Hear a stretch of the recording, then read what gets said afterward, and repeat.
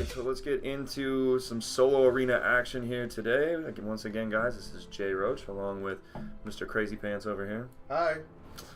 You'll hear the voice. Maybe not so much see him on camera. I will be the disembodied voice in the background. Hell giving yeah. tips. Alright, so we get to pick a class to play. Battle Mage, Warrior, or Full-On Mage. I don't remember any of this. Okay, so we got Strength and Intelligence. So strength was weapons, right? Things like that. You get but it's high high attack characters with low defense. So you get a lot of 6/3s, 4/1s, 2/3 charges. Willpower is your yellow over here. That's what's going to be getting you an additional +5 health. It's got Execute, I think, as well. It normally is paired with Strength sometimes. Intelligence are... There's a lot of... Oh, fuck. I was playing a lot of Intelligence decks before. I haven't actually played any purple. No perp? No perps before. Alright, let's do perp and red. Alright, we're going to pick the Warrior. Endurance. Overwhelms enemies with sheer size and staying power. Okay. This is the one we want? Yeah. Let's take it.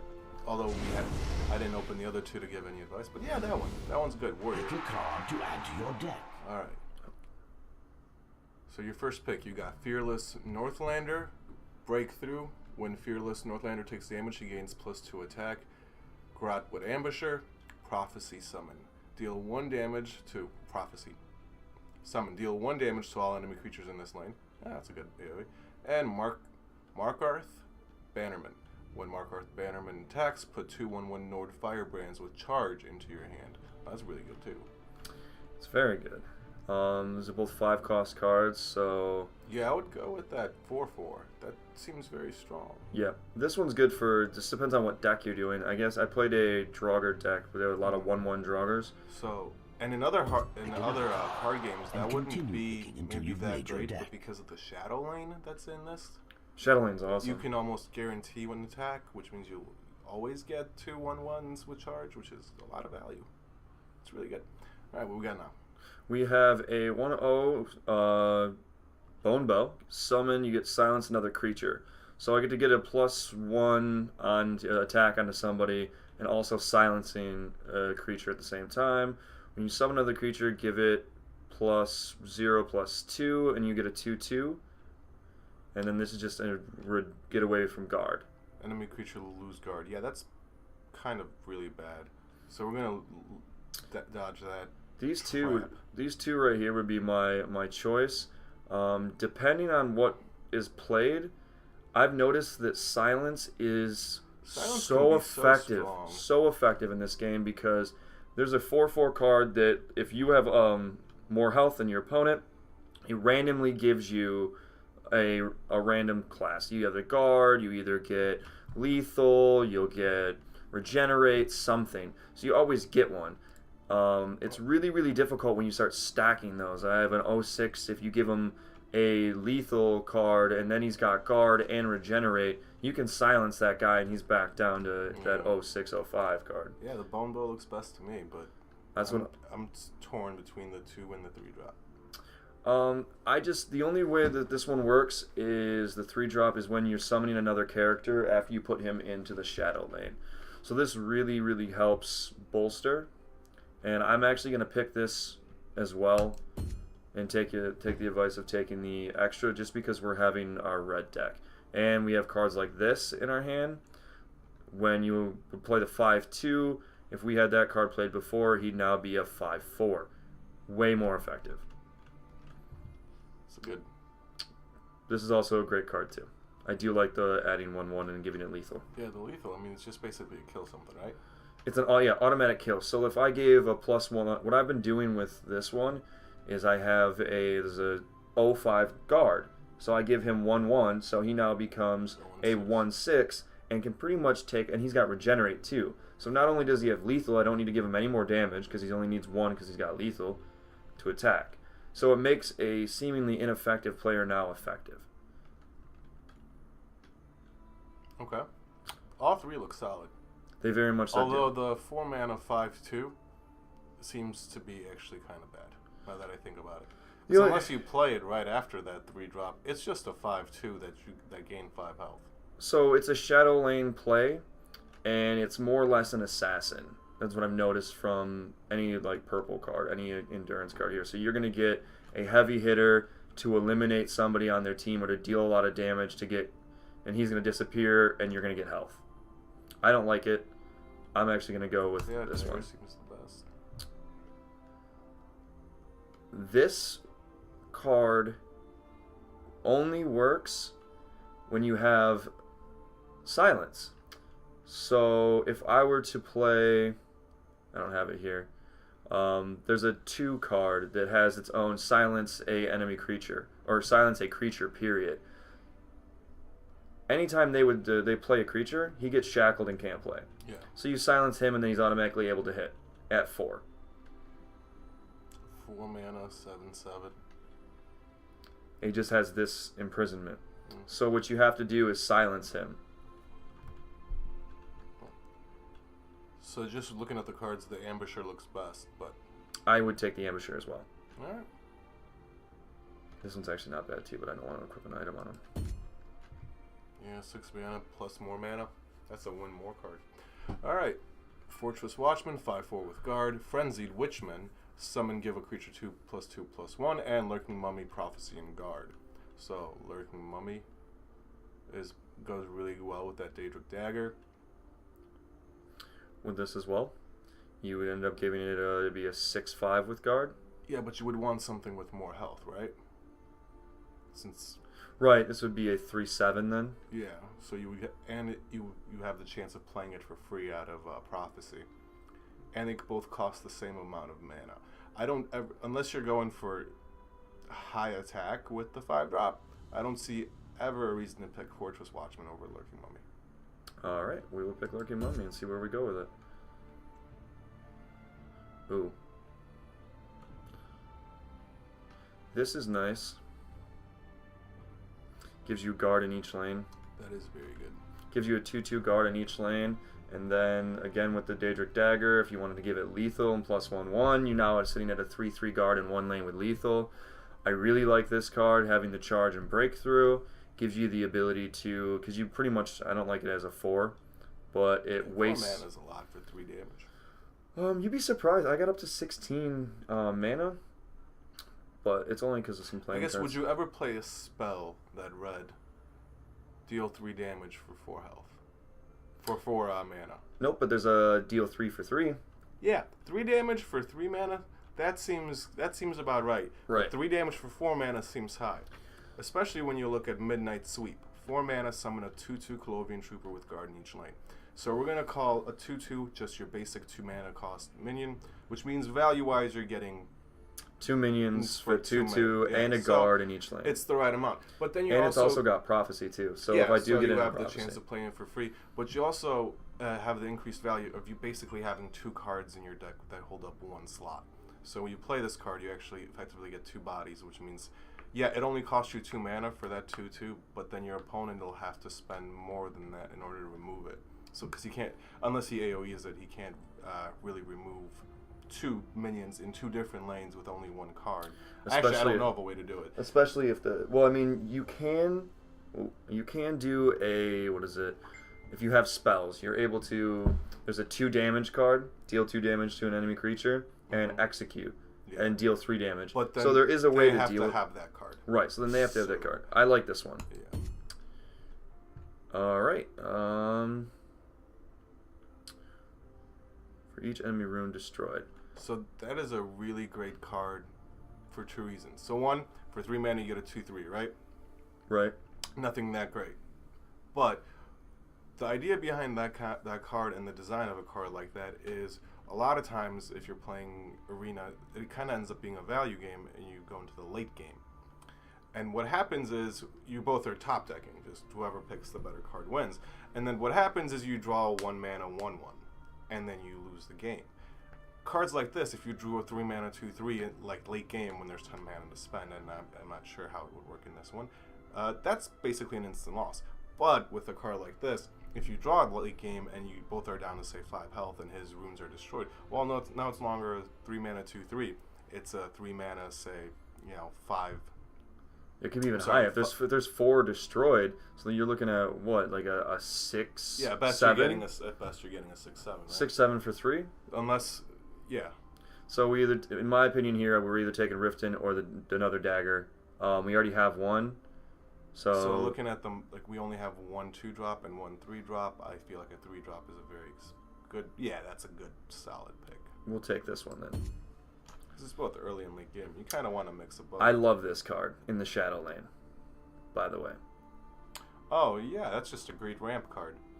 Gives you an increased magicka as long as it's in play. You put it in the Shadow Lane, you're guaranteed on your next turn to have 1 more extra magicka to play. That's just a great 2-drop. I would take that in a heartbeat. Just look at the 5/4 Fortress Watchman again, kind of poor.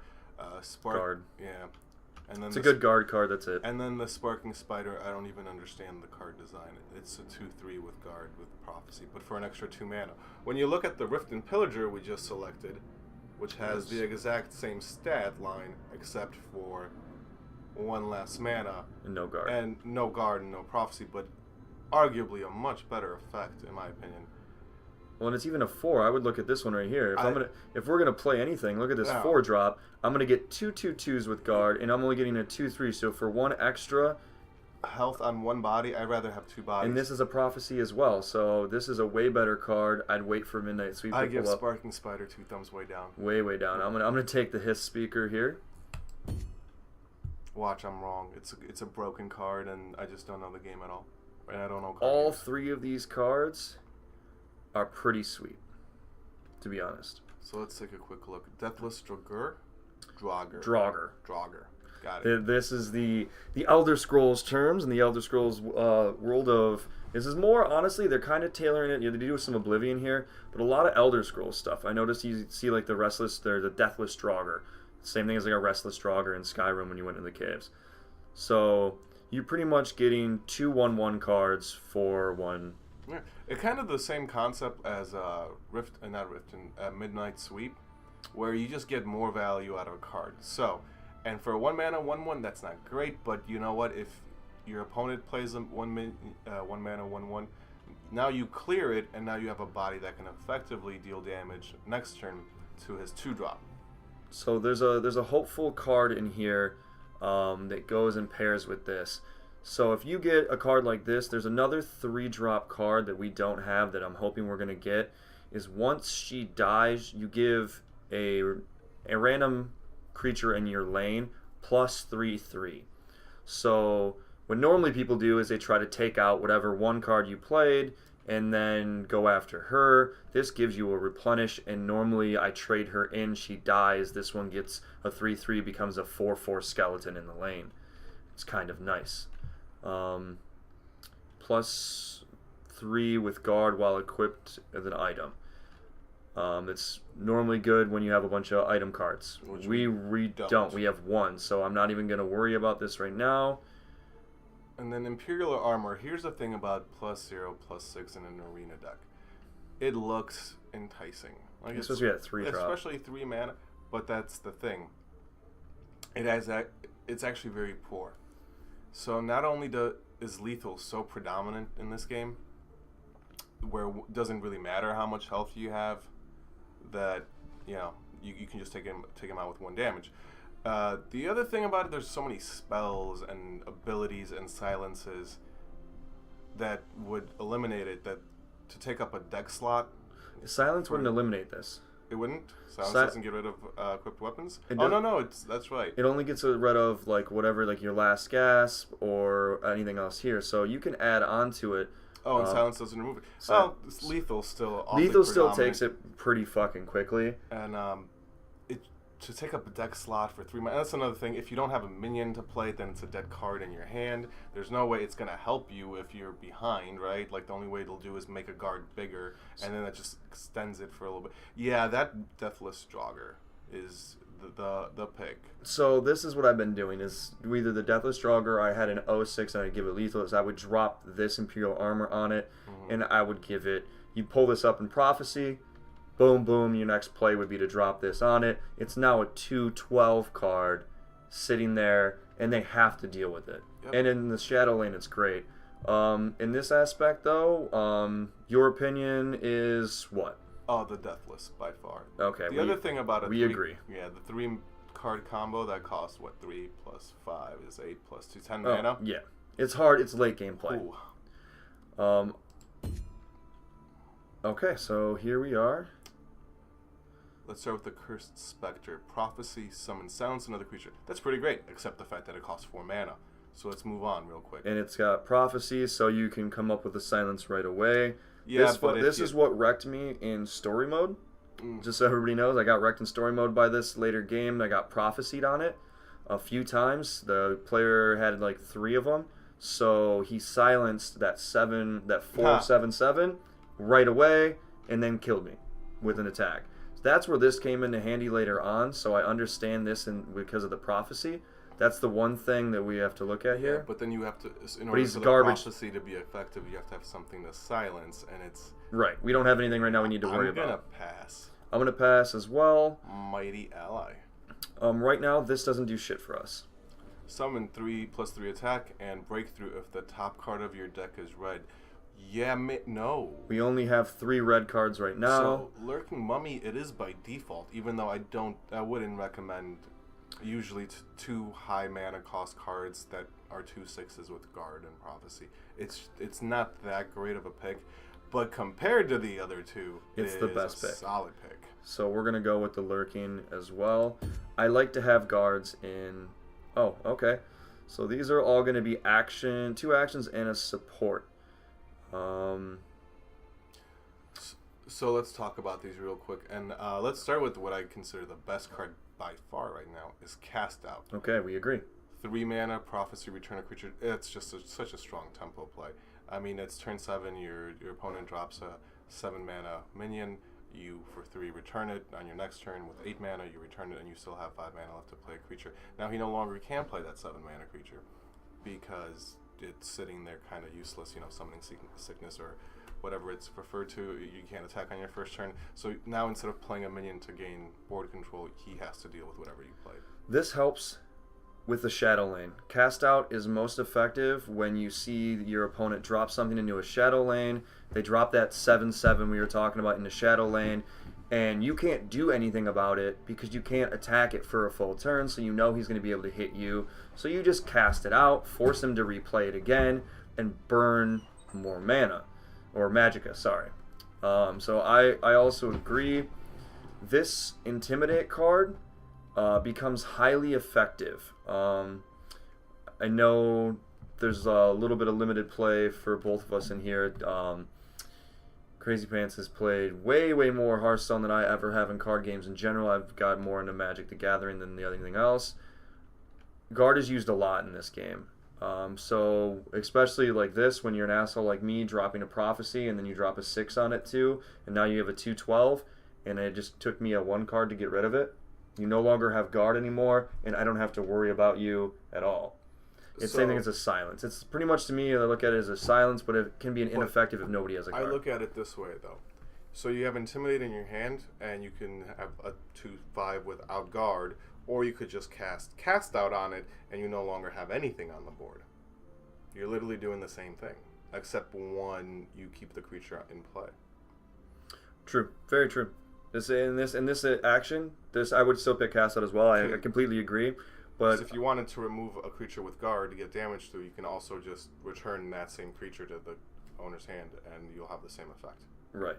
I mean, this is just so you see here too. I don't know if you noticed. This is 3 uses. Yeah, I saw that. The 3 uses. No. So you so for 2 Magicka, you get to give somebody +3 defense. Okay, I mean maybe it's 3 charges in 1 turn. I believe so. Yeah. So if you can, then you can effectively use it to trade up, but and stop somebody from doing something. Yeah. But in this aspect, guys, no Cast Out. I'm going Cast Out. All right. This is a nice 1/1. Solid 1/1. Yep, that's pretty. Another solid card we already have. I mean, yeah, it's a card. It's a card. I mean, it's another one. Card. It's another one where if so happens to be I get these 2, or like at the 3 drop. Like if I start out with Dwarven Spider, this is luck. Deathless Draugr, and Daedric Dagger. So I'm going to play this in the Shadow lane, wait till the next turn. I'm going to put the Dwarven Spider out there maybe, and we're going to put the Lethal on. It's really difficult to get in here with this one. I don't really like it. Yeah, or you can draw a 0-mana 0/3 with Guard turn 10 and cry because you just lost the game. Yeah. So that 2/3 I think is you know what? We already have one. It doesn't hurt. It doesn't hurt. Yeah, it doesn't hurt. I do like this. Prophecy Summon, deal 1, but again, like you said, you draw 1/1. Yeah, later on in the game. Late on. Not. We're looking at our Magicka So- cost here and what we have in our comp. We have only one card, 2 2s, 3 3s, 1 4, and 4 5s. And the 1/1, the Sharpshooter Scout, it's not a bad card by any stretch. It's just that it's outclassed by the 2/3. Very much so. When you have the option between the two. Now, if I already had 2 Riften Pillagers in my deck, or I was really, really short on low mana minions, I would pick the Sharpshooter. But yeah, Riften Pillager is the way to go. See, to where that 1/1 card outclasses, in my opinion, this. Where you get a 3/1, dealing 1 damage for 3. That is so bad. This is a horrible card That's to have. so bad. We're going to pass on that without even looking at the other ones. But looking at Maple Shield, and that's kind of like the same deal you have with that 3-mana chain armor. I can't remember the name. Oh yeah, the plus. It was a 3 drop giving you +0 6. +6. Yep. So This is a 0 giving you +3. Yeah, so let's take a look at Dragentail Savior, which is almost 1 by default, but 2 mana, 2/3, summon 1/0 for each enemy creature in this lane. That's a pretty good comeback card. I can't compared to the other two, especially. Solid card. Especially again if you have a heavy lane, if you're playing high into the shadow lane, you drop this guy down. You already got 3 creatures in there. You just jumped up to a 5/3 and effectively dealing some more damage with him at a 2 cost. That's really effective. Out of those ones, I'm getting rid of him. Okay, so he appeared again. And then we also have Dwarven Sphere, summon, shackle an enemy creature. That's not bad. Barded Guar, summon, give a creature guard. Also not bad. Also not bad. I would still go for the Dragentail Savior. Not only will it, more 2-drops don't hurt. Like, you want a strong opening game. Yeah, you lose early game, you pretty much lose any card game. So I'm assuming this is, well, not. Very different. This game is, because if you remember the prophecies, I would literally just sustain until late game, and then only deal damage when I knew I was close enough to lethal, because of the prophecies can kill you. Because if you can get them down in cards, because you're only drawing 1 card, and if I don't deal damage to you, you're only dealing 1, and you only can draw so much. Yeah, I feel like whenever plan A is to try to sustain and survive instead of just win, especially in Arena when you don't. So in Constructed it's different, Right. You have cards that combo and you can plan a little better. But in Arena you don't have that luxury, so it's just really important to pick solid cards and solid minions. And out of the 3, that's just the best one. And that's the thing, you don't want to fall behind on board. You just don't. This is the best card. We'll probably end up picking it. I really like this card. Just for the simple fact of the giving somebody guard, because I don't see guard as very prominent in decks, or certain decks. There's not a lot of guard out there, so if you do have a low guard deck already coming into this, and you feel like you're going to need to build some defense, because trust me, you will. There is a 5-play 8/8 card out there that is just, I think it's the Death Lord, and he's just destructive as all hell. So it really helps to just throw this up so you're not taking face damage, but we're going to take this. Mage Slayer. Mage Slayer can't be damaged by actions. That's pretty cool. So the only way this damage can really take damage is from other minions. Disciple of Namira. When another friendly creature in this lane dies, draw a card. So that's a pretty great effect. If you're about to, well, I'll get into that in a second. And then Black Rose Herbalist. At the start of your turn, heal another random friendly creature. That's relatively interesting. But here's why Disciple of Namira is good. In an aggressive deck with a lot of creatures, you don't use it as a defensive tool to keep creatures alive. Your opponent will attack this first, of course. But you wait until you have bad trades. So, for example, you have a 2-4 to deal with, and all you have is 4 1-3s. Now, common sense or usual strategy would say don't trade all 4 minions into this one minion, because the other minion can only attack one creature at a time. So, in effect, it's just better go to face, get that damage in. But with a card like this, if say you're low on cards, you can trade them in to draw cards in exchange of resources. And if there was a card out there for 5 mana that read destroy the board, which is what this case is, and then draw as many cards as you had creatures, you would play that card. So it's just proper. Yeah, Disciple of Namir is just a great card. It's also great as well. Just again, these two both are amazing to me in the Shadow Lane, because you're getting no matter what in this. Let's say you just got annihilated, something happened, you have 2 creatures in the other lane, you're playing a lot in the Shadow Lane, you throw him in there, you're guaranteed that one of your other guys is going to be healed. Same thing here, you put this creature in the Shadow Lane, they're not going to be able to take it out unless they have the 3 pull, and I forget, it's Crushing Blow, dealing 3 damage. So you're going to have that ability there to, no matter what, really have a creature die and get a card from it. So it's a win. You're getting an extra card, and you're getting a 3/3 for 5 Magicka. I'm taking that as well. But we also have to be careful. Again, we're getting up to having now 5/5 cards.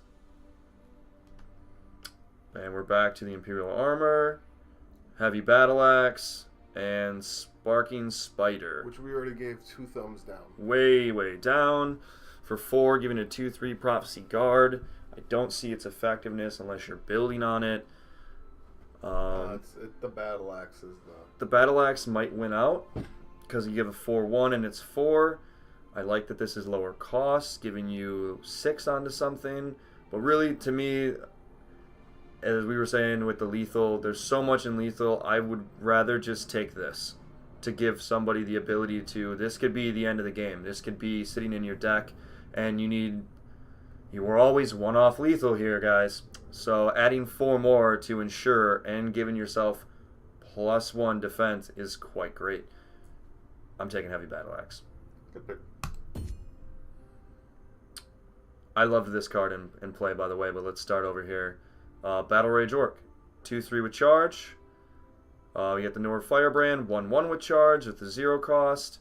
And then you got the Stalwart Ally. It's a 3/3, and you summon. If you summon it, it gives you +2 defense and guard if your top deck is purple. That's just so solid. And considering our deck is about 50-50 at the moment, Stalwart Ally. Because even if you don't get the effect, it's still a 3/3 for 3. It's a 3/3 for 3. Average. Exactly, and I loved it, and it's great. And you can kind of see what's going on in your deck. Like, you notice, like, if I start out with, let's just say my first 3 cards are Cast Out, Riften Pillager, Heavy Battle Axe, and I pull this card. Odds are I'm gonna have purple. I'm taking this. So we're going to the here we go. Where's Fiery Imp? Fiery Imp is a 1/1 for 1 Magicka. When the Fiery Imp attacks, you deal 2 damage to your opponent to the face. It's good and bad with Prophecy, because if you are trying to deal damage to somebody or you are dealing damage to the face, this is what this guy is. He's a face damage dealer normally. I normally don't attack any other creature with him unless we have a card that says if a creature dies in this lane, gains something, then you sacrifice him for that. I normally just use him as an automatic 3 to the face damage dealer in the Shadow Lane. You're getting over here an Orcish Warhammer for a 4 Magicka cost, breakthrough, and 3/3 to somebody. It's okay. You also now have a 1 cost Magicka, the Covenant Marauder, gives you a 2/1. You get +2 attack while you have no cards in hand. I really don't see that being that effective, honestly. Fiery Imp is the way to go. I also agree. We don't have a lot of 1 cards. It's pretty good. It can be taken out, but just the fact that you get to deal 3 to the face, I like it. This is amazing to me. I don't know why. I watched somebody play with it. You might not like it. It's a 2-cost Magicka. You give a creature +3 defense, and just for doing it, you get to draw another card. Yeah, that's really, really good. Savage Orc, 7 mana, 5/5. Yeah, no, the Enchanted Plate. It's way to go. Yep, taking it. Oh, this is the guy I was talking about. The Old Gate Warden. Guard and Regenerate.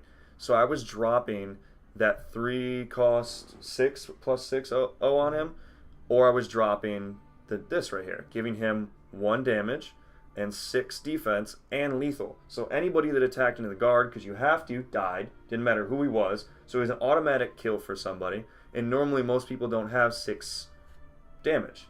And he regenerates on your turn. So you can use him effectively to take enemy creatures out. So if you have 2 people in your lane, let's say you have a 2/3 and a 1/1. You attack into the 2/3 on your turn. You go back. He attacks with the other guy because he has to, and you regenerate. And it's going to be solid with any other weapon or item you equip on it. Yeah, that's good enough. I like that a lot. I'm pretty sure we already have 2 of these correct. The Dragontail Savior.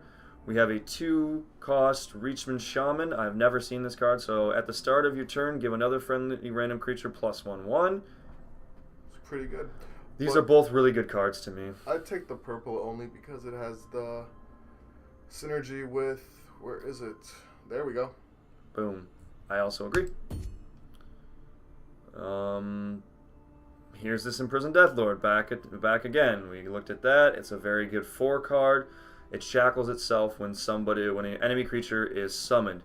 That's its disadvantage. You have to be able to silence him in order to use him, or hope that they don't play a creature. You can do that, but it's really difficult. Situational for me. But I've seen him wreck. I've also seen him destroy once you get that creature. If I don't even know if we have it even in here somewhere. It's normally, I don't think we have silence a creature. We don't even have silence, so this one makes this ineffective to me in our deck right now. So we're looking at the, what is that? I don't even know. The Belligerent Giant. Breakthrough and summon. Return an enemy creature to your opponent's hand or destroy an enemy support. So that's just really solid. And that's at a 7. Good tempo swing. Yes. Then you're looking at the Angry Growl. It gets Regenerate and Summon, +2/2 if your opponent has more cards in hand. So both Belligerent Giant and Angry Growl are comeback cards. If your opponent's got a board, you can return it by playing Belligerent Giant. If your opponent has more cards and more resources, you get a bigger creature. I think the Giant is better. And I also think we don't have 6-7 mana cards. It's time to start filling in late game, and that's just a really strong pick. It's 4 health, it's a massive downside. It's going to be removed before it gets 7 damage in. But we also remember we do have this Enchanted Plate that we're going to be looking at playing as well.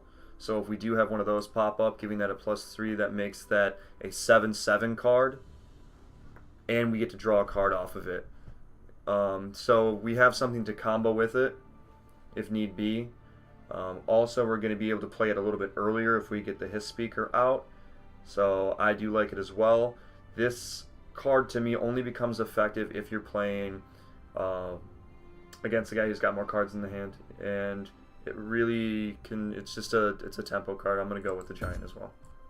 I hate this card. I don't understand it. Do you understand this? Yeah, put it in the Shadow Lane, you deal 9 damage. And they normally deal with it right away though. One damage, it's gone. Yep, that's pretty bad. It's really, really weird to me. That Young Mammoth. If this had Prophecy underneath it, and I could play it on Prophecy, like they killed me, I could play it into the Shadow Lane and guarantee that I'm going to be able to use it next turn, I would do that. I would love the Bog Lurcher. But because it just sits out here, like earlier we had the 1/1, as soon as you summon it, you deal 1 damage. Okay, who are you taking out? The Bog Lurcher. So let's go Mummify. Prophecy. Transform a creature into a 2/2 Shriveled Mummy. It's pretty good. So if anybody has played Hearthstone, to me, Frog? Polymorph. Hex? Polymorph? Yep. Polymorph for Hex. Yep. Hex, right here. This is what this is. 3 cost, giving you a 4/4 with Breakthrough. I don't see that as a bad card. It's pretty good. It's above average stats and Above average stats for a 3 Magicka. So I would either, this is going to be a hard play for me with the Mummify and Young Mammoth. Oh, that's right, Magicka. It's not mana. It's Magicka. It's the Elder Scrolls world. Yes, Magicka. So we're looking at the Magicka here. can't go wrong with either one. You really Both can't. Mummify and Young Mammoth are just great cards. Well, maybe not great, but... So the Mummify, it's strange that it leaves a 2/2 up. But, no, not strange, it's just... It turns it into a 2/2. So slightly less good. But yeah, it's pretty good. Yeah, so I mean, what this is... And no last... Was it Last Gasp or Last Grasp? Prophecy? This is Prophecy here. No, but it nullifies it. So if you're dealing with a creature you can't kill because of the effect, Right, death effect. That's I very think true. It's called Last Grasp, right? Last Gasp, yeah. Last Gasp. Yeah, this effectively nullifies it. I'm going Mummify, just because we don't have a lot of It's also a silence. actions. That's very true. Okay. So we're looking at the raiding party. Put 2 1/1 Nord Firebrands with charge into your hand. I guess that's not bad. You get... I don't know what their Nords are, if I remember. Didn't we pick this card? It was something similar where if you attack, you get 1/1s? Oh, no, this was just... You're thinking of... Gratwood Ambusher? No, the Ambusher shoots... Oh, there we go. The Bannerman attacks, put 2 1/1 Firebrands with charge. So this also does it again. Except it's better. Way cheaper, but it doesn't give you a 4/4. See, this is better. This one gives you the 4/4. This one just gives you 2. This one gives you put 2 into your hand. Yeah, I take the Bannerman over the raiding party, and it's just a second card with the same effect. While Midnight Sweep, though, we discussed it, is awesome. That's the other card I was thinking about. This gives you the 2/2 guard. This one gives you guard. Summon gives you +1 for each creature in this lane. Each enemy creature. Enemy creature in the lane. So it's a comeback card. It's another comeback card, and it's at a 2 cost. Either one of these works for me. This one's a little bit lower, and you put a 1/1 Nord with charge. That's not doing anything for me, though. The 1/1 with charge. You're also diluting the deck with red, so it makes... Yep. I'm going to go with another Midnight Sweep. Yep. So... Okay, there's the Mammoths back again, the Fire Imps back again, a North Point Captain. It's a 4/2 summon. Summon a 0/4 North Point Herald with guard. So we're getting 2 cards for 4 Magicka, one with almost no guard, the other one or defense, the other one with 4 defense and no attack, but it has guard. So it gives him the ability to attack is kind of what I'm thinking. What do you think is better? A 4/4 that can get extra damage in if possible, or a 4/6 across 2 bodies and guard? So I think the 4/6 is better. I think as well that this is better. This would be my play. I also like the Fire Imp because he's a Fire Imp. I like him at the 1 play. Any dude that can deal 3 damage to the face for 1 Magicka makes me happy. Alright, and now we're going into the Deathless Draugr. I love this Deadly Draugr, a 1/1 with lethal. This is an assassin. They have to deal with him no matter what. It's just great. Yep. And this is another essence of where I would combo with that armor, giving you the +6 armor. It would have been able to give you a 1/7 now with lethal, only costing you 4 Magicka. That's what the play is to find these cards right here. So Deadly Draugr, that's the one. That's the one. So it's either deadly or lethal, because we're going to get 1 Magicka, and we're going to get 2 1/1s, or we take the lethal. Deadly. We're going to take the lethal. Alright, and now we're back with the Old Gate Warden. We know what that does, Guard Regenerate. The Mighty Ally is a 3 with 3/3. You summon, but we don't have a lot of reds, so that's not going to work, really. And we're getting the Steel Scimitar for 1 cost Magicka, giving you +2/2. Very good pairing with something like this, giving it the ability to now attack, because without that, the Warden can't attack. He just sits there and guards. The Steel Scimitar seems best. I'm going to take that as well. If there was no Steel Scimitar in here and it was another crappy card, I'm going to take him, to be honest with you. Yeah, but I like this. All right, now we're talking, guys. We're into some great cards here. We're into some splits. We've got the Gortwog Grow Nag form, whatever the fuck. If I'm saying that right, that's an orc. At the start of your turn, summon a random creature from your deck to a random lane.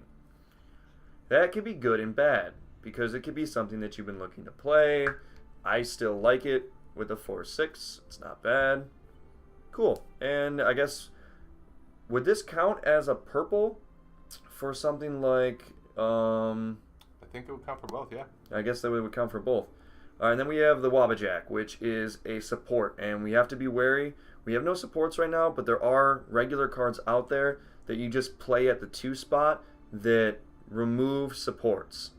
There's not a plethora of them, but those cards are definitely out there. You activate it, transform a creature into a random creature. I mean, we don't... That would be something like if I was playing the Deathless Draugr, he died, I got the skeleton, I could use the Wabbajack on him to get him to be something better. You're now looking to Black Marsh Warden. It's a 2/2 for 4 Magicka. At the end of your turn, summon a 1/1 Argonian Recruit. If you have 7 or more max Magicka, summon a 3/3 Argonian Veteran instead. So the Black Marsh Warden, in my opinion, is the best. I also agree, simply because, again, where did homie go? Right here. He's going to give us a +1 increase in the Shadow Lane automatically. By the time this guy comes into play at 4 play, I'm going to be playing him later game anyway, and I'm going to be getting a 3/3 more than likely. I really like this card. And it's purple, giving us enhancement over here. I'm going to go, just again guys, I'm going to go the Armorer. It's going to give us +2 to the other creatures when you summon them. Shadow Lane guy. Stalwart Ally. This one's pretty great too. New, though. This one is your Stormhold Henchman, +2/2 when you have 7 Magicka or more max Magicka. So it's been a few cards now that I've noticed that have that. If you draw me at the end of the game, I don't lose you the game effects, and that's pretty great. That's nice to see. Well, because they also have in this deck, which we haven't, or in this purple we haven't seen yet, they have it's either a 3-cost 1/1 guard that gives you more Magicka as well. Purple in this, or whatever they want to call it, strength and endurance. The endurance really adds to your Magicka. Stalwart Ally. I'm gonna go with the Ally just because our deck is so heavy in purple, and it gives you the guard. There's the silence that we needed early on to know and take that 7/7. It's a 0-cost automatic silence. Pretty fucking great since it costs nothing to silence a creature. Black Worm Necromancer is a 5-cost Magicka with 4/4. Summon if you have more health than your opponent. Summon a random creature from your discard pile. If you're winning, win more. Exactly. I don't like cards like this, if you're winning, win more, to be honest with you, just because health in this game fluctuates so much that I can be down quite often. Skirmisher's Elixir, you have 3 uses. Activate, give a creature +2/2, and break through 3 uses. So, not great. That's again bad. That's again another card that I would say if you're winning, win more. If I already know that I'm going to be a heavy damage dealer, okay. I silence my 7/7. I pop 3 of these. He now becomes a fucking 13 and 7 character, dealing immense damage on my turn. I get it. It gives you the power to just make a character amazing. I'm not into this. No, the 5-drop I think is best. You want to go with the 5-drop? Well, here's what happens when you get to turn 5. If you are behind, you play a 4/4. A little below average stats, but something to play for 5 mana. That's fine. And if you are ahead, then you get the added effect. This will be our last card, remember, too. So, yeah, it's our last card to give 30. And the last 2 just seem so bad. So, the other 2. So, again, the 5. This one, to me, is not bad. I like this a lot. Again, because you look at everything that we have. Like this right here. Someone silence this, there goes my Magicka. You silence this, no more bullshit. Like, Fire Amp, gone. Like, no more extra damage. So, you can... Lethal. This takes away lethal. Your call. I think both cards. I think the Necromancer's better, but I see the use and suppress. I see the use and suppress, but I also agree in this aspect. I will be taking the 5. Normally, I might go with the... 9 enemies await you.